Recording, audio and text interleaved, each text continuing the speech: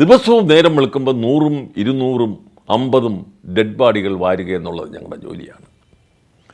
ഒരിക്കൽ ഞങ്ങൾക്ക് ഒരു അറിവ് കിട്ടി, ബീഹാറിൽ ഇന്ന സ്ഥലത്ത് വർഗീയ കലാപം രൂക്ഷമാണ്, അങ്ങോട്ട് പോകണം. പക്ഷേ അവിടെയുള്ള ഇതെന്ന് പറയുന്നത് ഒരു ഗ്രാമം ഹിന്ദുക്കൾ, ഒരു ഗ്രാമം മുസ്ലിങ്ങൾ, അവർ ചേർന്ന് താമസിക്കുന്ന ഒരു സ്ഥലവും അവിടെ ഇല്ല. ഇന്ത്യയിൽ പല സ്ഥലത്തും അങ്ങനെ ആയിരുന്നു, എങ്കിൽ ബീഹാറിൽ അത് രൂക്ഷമായിരുന്നു. ഒരു ദിവസം മുസ്ലിം ഗ്രാമം ആക്രമിച്ചാൽ അടുത്ത ദിവസം ഹിന്ദുക്കളുടെ ഗ്രാമം ആക്രമിച്ചിരിക്കും. അവർ ധാരാളം പേര് മരിച്ചിരിക്കും, കൊച്ചോ കുട്ടികളൊന്നുമില്ല.